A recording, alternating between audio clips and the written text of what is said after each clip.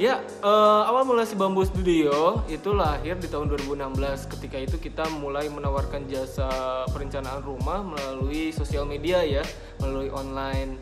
Sebelumnya memang si Bambu ini bergerak di bidang dekorasi rumah, yaitu kita memproduksi kap lampu ya. Namun usaha ini kita tidak lanjutkan, lalu kemudian kita beralih ke dekorasi interior yang emang benar-benar pekerjaan pertama, proyek pertama yaitu dekorasi interior melalui emang benar-benar bahannya semuanya bambu, materialnya bambu. Di tahun 2016 kita mencoba untuk membuka jasa perencanaan rumah, jasa desain rumah yang emang benar-benar dipromosikan melalui sosial media ya. Dan antusiasnya lumayan cukup banyak ketika itu. Kita melakukan proses pemasaran melalui online semuanya, melalui sosial media, dan ini menjadi awal mula si Bambu Studio waktu itu bergerak. Dan sampai sekarang si Bambu Studio ada di tahun 2020. Ya, kami hadir di tengah masyarakat untuk menjawab problem-problem daripada kaidah arsitektural ya. Kita tahu bahwa saat ini kita banyak sekali di lingkungan kita, di sekitar kita itu memang bangunan-bangunan yang berdiri itu tidak sesuai dengan kaidah arsitektural ya. Betul. Baik dari segi sirkulasi udara dan cahaya gitu, kemudian dari kelembaban ruang ya, sehingga memang itu tidak menjadi kualitas hidup itu menjadi kurang baik ya Pak ya, karena emang huniannya itu tidak sesuai dengan kaidah dengan arsitektural, prinsip daripada arsitektur itu sendiri ya, yang mana prinsip arsitektur itu ya tidak hanya bisa dilihat secara estetika itu indah baik ya, dan bagus gitu. Indah, tapi emang benar-benar nyaman ketika emang benar-benar dilihat, sehingga memang nantinya rumah yang kita huni itu memberikan suatu kebahagiaan tersendiri bagi keluarga, mungkin seperti itu ya. Nah di era revolusi 4.0 ini kita justru semakin mudah ya untuk mempromosikan karya-karya kita ya, untuk mengetuk setiap pintu rumah-rumah yang emang benar-benar belum mengerti tentang apa itu arsitek gitu loh, pentingnya merencanakan rumah ya, pentingnya untuk berkonsultasi dengan arsitek mungkin. Nah ini yang memang perlu kita edukasi ke tengah masyarakat, sehingga memang masyarakat itu sadar bahwa sebelum membangun rumah itu alangkah lebih baiknya diskusikan dengan arsitek ya. Ibaratnya kita rencanakan dulu sebelumnya secara matang. Kelebihannya sih banyak, kita bisa mengetahui biaya yang akan keluar untuk pembangunan berapa.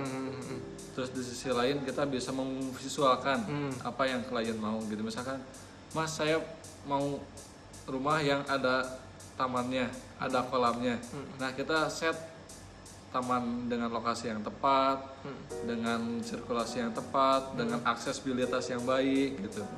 Itu musik kita gitu. Jadi kita banyak ibaratnya mentranslate apa yang klien mau dari bahasa ibaratnya abstrak mereka, tapi mereka nggak tahu baiknya di mana.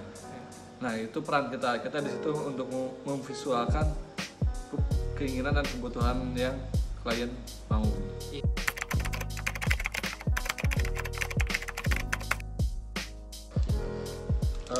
Pengalaman kita untuk merencanakan rumah di seluruh wilayah Indonesia ya. Indonesia kan terkenal dengan beragam suku, budaya, kebiasaan, adat istiadat gitu. Jadi setiap daerah tuh memiliki kebiasaan tersendiri gitu, dari Sabang sampai Merauke gitu. Cuma secara prinsip Indonesia kan emang berada di satu garis yang nggak bisa keluar dari garis itu, ekuator. Khatulistiwa ya. Khatulistiwa. Berarti kan Indonesia berada di negara tropis. Iklimnya tropis. Iklimnya yang hanya memiliki 2 musim, yaitu hujan sama dan panas. Kalau hujannya hujan banget dengan intensitas hujan yang cukup tinggi, dan ketika panas yang bisa panas banget juga gitu. Nah disitulah konsep-konsep arsitektur yang tepat diterapkan di Nusantara itu seperti apa gitu. Sedangkan untuk pengalaman di setiap daerah ya banyak cerita sih tentang cerita-cerita klien. Contoh misal di daerah Sulawesi gitu, kondisi di tanah di sana tuh kering gitu. Kering, jadi nggak ada air tanah. Maka ketika klien cerita seperti itu, saya coba gali lagi, Pak di sana gimana biasanya untuk kebutuhan airnya? Ternyata di sana talang-talang air itu ditujukan ke suatu tempat untuk menampung air. Nah, jadi air hujan itu dimasukin ke talang, talang dialirin kita ke satu, bisa disebut bak kontrol lah. Bak kontrol. Nah air hujan ditampung, kemudian nanti digunakan untuk kebutuhan sehari-hari, bisa untuk mandi, ternyata air hujan di sana itu bisa untuk cuci piring, bisa untuk cuci mobil gitu, karena kondisi air tanah yang sulit gitu. Itu berpengaruh terhadap desain dengan kita memfasilitasinya dengan talang-talang yang cukup kuat gitu. Mengenai keunikan desain tampak gimana Pak? Keunikan desain tampak daerah-daerah tertentu mungkin satu yang baru-baru ini sih yang kejadian gitu. Lokasi saya itu berada di apa ya, sebenarnya lingkungan yang bisa disebut kurang kondusif gitu. Yeah. Tingkat kejahatannya masih cukup tinggi lah ibaratnya. Tapi klien ini meminta desainnya tuh klasik kan, ibaratnya bertolak belakang. Iya. Ketika kita harus meredam suatu kemegahan di suatu daerah sosial yang konfliknya cukup tinggi, lawan konflik. Ya jadinya kontradiktif. Nah, gimana cara menangkalnya? Ya kita buat desain pagar rumah itu yang cukup tinggi, agar menghindari ya keamanan. Ya, keamanan dan kontak mata secara langsung, membatasi ruang luar dan ruang dalam secara langsung gitu. Salah satunya dengan membuat tinggi pagar yang cukup tinggi, sekitar 3,5 sampai 4 meter. Begitupun dengan desain pagarnya Pak. Desain pagar kita buat sesolid mungkin, nggak ada celah satupun. Ibaratnya kita buat pagar ya udah plat baja, kasih profil biar sedikit menarik gitu. Iya, jadi unik ya. Jadi unik. Jadi dari depan tuh nggak kelihatan pintunya di mana, jendelanya di mana gitu. Jadi kalau skala manusia kan paling tinggi 1,7.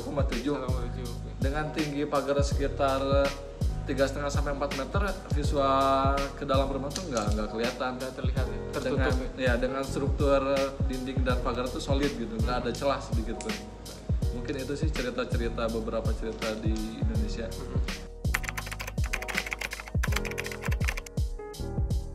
Ya, mengapa kita memang selalu berbeda-beda dalam setiap desain ya? Ya kita menyadari bahwa setiap orang ya itu memiliki impian-impian terhadap rumahnya masing-masing. Kita bisa mendefinisikan itu ya. Jadi kita tidak bisa memaksakan mendefinisikan bagus menurut kita, tapi kita harus kembali kepada mereka bahwa rumah impian yang diinginkan klien kita itu seperti apa sih gitu.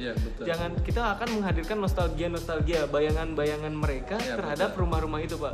Mungkin di saat waktu kecil dia menginginkan rumah yang emang benar-benar seperti misalkan American House, dan itu menjadi rumah impiannya mereka. Dan kita tuh emang tidak mau memaksakan kehendak kita, sehingga kita ini bahwa ini loh rumah yang paling bagus buat ibu, ini loh rumah yang bagus buat bapak. Tapi menghilangkan cerita-cerita mereka, menghilangkan story-story mereka terhadap rumah impian-impian mereka. Jadi si Bambu Studio hadir itu ingin mewujudkan rumah impian-impiannya. Karena apa? Kita menyadari bahwa membangun rumah itu tidak murah. Membangun rumah itu adalah suatu pengeluaran yang terbesar mungkin sekali seumur hidup ya, mungkin ya. Nah, maka dari itu kita nggak mau mencoba asal-asalan ya. Kita emang benar-benar ingin mewujudkan rumah yang impian sesuai dengan apa yang dia cita-citakan, sesuai dengan cerita mereka di waktu kecil, mungkin cerita mereka dengan keluarganya, ya kan. Nah itu menjadi identitas bagi kita. Mengapa kita itu selalu berubah-ubah ya? Maksudnya tidak semua desain kita sama konsepnya gitu. Kami emang mencoba untuk memflorkan membuat definisi ulang tentang rumah impian mereka itu definisinya seperti apa gitu. Nah ini emang terjalin melalui diskusi gitu loh. Kita tidak bisa mencocokkan dengan mencomot gitu loh di gambar internet bahwa oh ya ini rumah yang paling bagus gitu loh. Sedangkan kebutuhan ruangannya tidak sesuai gitu. Apalagi mempunyai luas lahannya berbeda gitu loh. Terus kita tinggal asal comot aja di internet bahwa oh ya ini rumah kita yang paling bagus, oh ini rumah kita yang paling bagus. Itu enggak, justru itu adalah apa? Merencanakan kegagalan mungkin di dalam rumah. Karena apa? Karena belum tentu gitu loh. Belum tentu kebutuhannya sama, luas lahannya sama gitu loh. Beda 1 meter aja bisa lebih ini bisa berakibat fatal gitu. Berdampak banget gitu loh. Beda 1 meter aja lebarnya itu bisa berdampak banget gitu loh. Apalagi memang kita tinggal ngasal ngapain comot-comot internet. Justru alangkah lebih baiknya sesuatu itu memang direncanakan terlebih dahulu ya. Konsultasi dengan arsitek gitu loh. Karena memang tidak akan rugi ya. Tidak akan rugi karena mengeluarkan biaya. Ya, mengeluarkan biaya untuk arsitek itu tidak akan rugi. Kenapa? Karena kita merencanakan rumah berserta dengan rencana anggaran biayanya. Bahkan kita bisa mendesain rumah sesuai dengan budget yang dimiliki gitu kan. Betul. Nah, dengan itulah mungkin ya rumah yang diimpikan, rumah yang ingin rumah yang emang benar-benar diidam-idamkan itu memang harus dikonsultasikan Ya, dengan betul. arsitek. Menurut Bapak gimana Pak? Iya sih, dengan bekal ilmu kita setelah beberapa tahun kuliah gitu, dengan dasar itu kita mencoba mewujudkan mimpi-mimpi orang dengan banyak cerita di belakangnya gitu. Misalkan ada satu klien yang akan datang tuh, mungkin entah dahulu kala dia sempat tinggal di rumah dengan gaya Belanda gitu. Mungkin nyawa dia sudah merasa di rumah itu tuh enak gitu, homey banget gitu.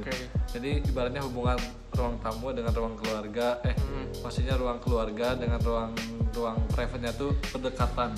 Jadi ibaratnya ketika mau berkumpul tinggal keluar aja, ngobrol-ngobrol enak gitu. Ya dengan dasar ilmu yang kita miliki sebelumnya, kita coba pecahkan. Misalkan dari sisi politik, maksudnya dari ketentuan kita coba fasilitasi. Misalkan lahan di tanah sekian, KDB-nya sekian, kita coba terapkan. Jalan tersebut memiliki GSB sekian, kita coba terapkan. Untuk desain-desain arsitekturnya sendiri kita coba gali lagi, rumah ini seperti apa sih, ada ragam hiasnya seperti apa, ciri khasnya seperti apa, kita coba kumpulkan, kita coba build ulang, kita coba modernkan dengan pemilihan misalkan kusen-kusen aluminium yang lebih baru gitu. Dan kita coba meregenerasi rumah-rumah zaman dulu menjadi rumah yang kekinian gitu. Secara teknologi gitu. Tapi secara via kita pengen dapat via hobi banget gitu. Jadi ceritanya memang klien ini mempunyai rumah impian seperti emang benar-benar zaman Belanda, zaman kolonial betul, zaman kolonial. Nah, itu mempunyai cerita sendiri ya terhadap hidupnya ya. Sehingga memang dia memimpikan rumah yang dibangun itu ya rumah seperti itu gitu loh. Yang indah menurut dia memang pengen diulang lagi. Pengen diulang lagi ya, membuat nostalgia baru gitu. Ibaratnya dulu dia saat anak-anak bersama orang tuanya. Sekarang dia di rumah pengen Belanda, di rumah Belanda. Sekarang dia pengen beliau bersama anak-anaknya mengulang cerita itu kembali gitu. Jadi ada cerita apa ya disebutnya ya? Nostalgia. Iya, nostalgia. Cerita nostalgia mungkin pengulangan lagi gitu. Iya. Nah inilah makanya ya kita ini mempercayai bahwa every single house has a single story ya. Jadi memang kita mempercayai bahwa setiap rumah itu punya cerita ya. Setiap rumah itu memiliki sebuah definisi idaman sendiri-sendiri gitu. Maka dari itu kita mewadahi untuk bagaimana caranya agar klien itu mengungkapkan, mendefinisikan tentang apa rumah impiannya gitu. Dan insya Allah kita bisa dapat mewujudkan itu ya. Proses desain kami berawal dari data lapangan klien yang masuk ke admin kami yang berupa data kebutuhan ruang, lokasi site, ukuran site, untuk bentuk site, mungkin site tersebut itu berada di bawah jalan, berkontur, naik atau turun gitu. Kemudian data itu kami olah bersama tim yang terdiri dari saya sebagai prinsipal, ada desainer interior yang kita rundingkan desain interiornya akan seperti apa, kita samakan temanya dengan tema apa yang dipilih, kemudian ada ahli sipil untuk menghitung struktur yang akan diterapkan karena setiap struktur berbeda perlakuannya. Mungkin ada tanah dengan bekas rawa harus pakai cerucuk, mungkin ada tanah keras yang cukup pondasi dangkal gitu. Kemudian ada tim yang terlibat lagi adalah junior arsitek untuk membantu proses desain lebih cepat. Kemudian ada lagi drafter untuk pembuatan dokumen finalnya. Kemudian ada estimator yang menghitung kebutuhan biaya untuk pembangunannya. Setelah data kita meetingkan secara intens, setelah meeting untuk penentuan konsep dan secara struktur, kemudian saya buatkan permodelan denah beserta dengan layout interiornya dengan dasar-dasar analisa, set analisis, kemudian perda-perda yang berlaku, kemudian suasana-suasana ruang yang ingin saya bangun, berikut dengan contoh-contoh referensi yang akan kita buat seperti apa. Referensi bisa banyak, bisa dari saya sebagai prinsipal, dari desain interior juga memberikan beberapa referensi desain yang yang berdasar dari internet ataupun dari desain-desain kita sebelumnya, yang kemudian nanti kita akan presentasikan dengan klien via Zoom biasanya ya. Via Zoom kita presentasikan, kita terangkan analisisnya seperti apa, sirkulasinya seperti apa, kebutuhan ruangnya seperti apa, desain yang akan kita gunakan seperti apa, material-material yang akan kita gunakan seperti apa. Kemudian setelah presentasi semua selesai, kita ngobrol, kita bongkar lagi, dinilai ya, asistensi ibaratnya kita bongkar lagi apa yang klien suka, apa yang kurang serak gitu. Kita juga bongkar tentang kebiasaan klien, hobi klien, kebutuhan apa yang paling utama, ruang mana yang menjadi poin utama gitu.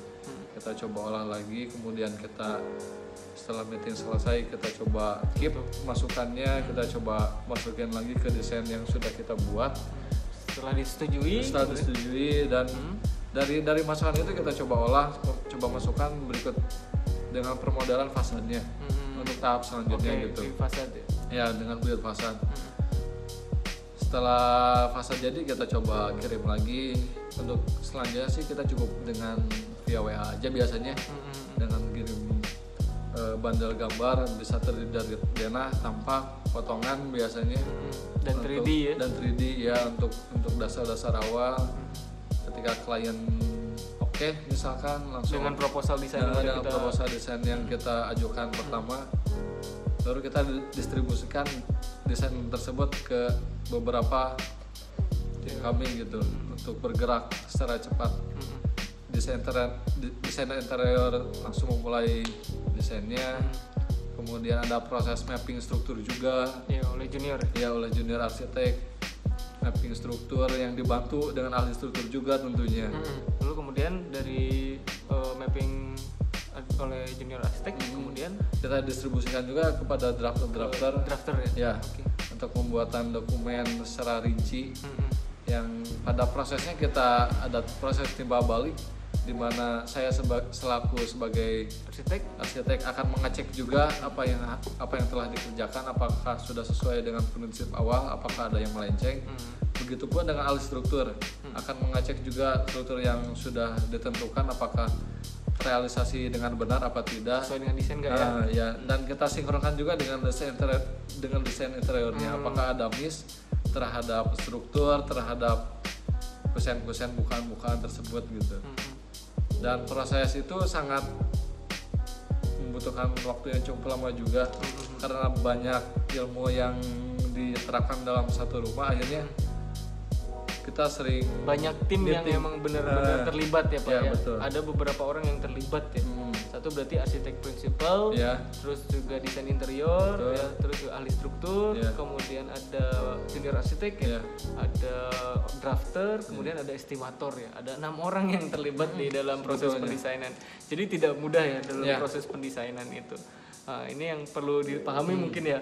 Untuk membuat sebuah desain rumah impian itu memang kita tidak mudah dan melibatkan beberapa bidang keilmuan ya. Ada teknik sipil, ada desain interior, ada arsitektur prinsip, dan semua itu bekerja sama ya untuk mewujudkan sebuah cerita rumah. Betul. Satu rumah yang emang benar-benar mempunyai cerita.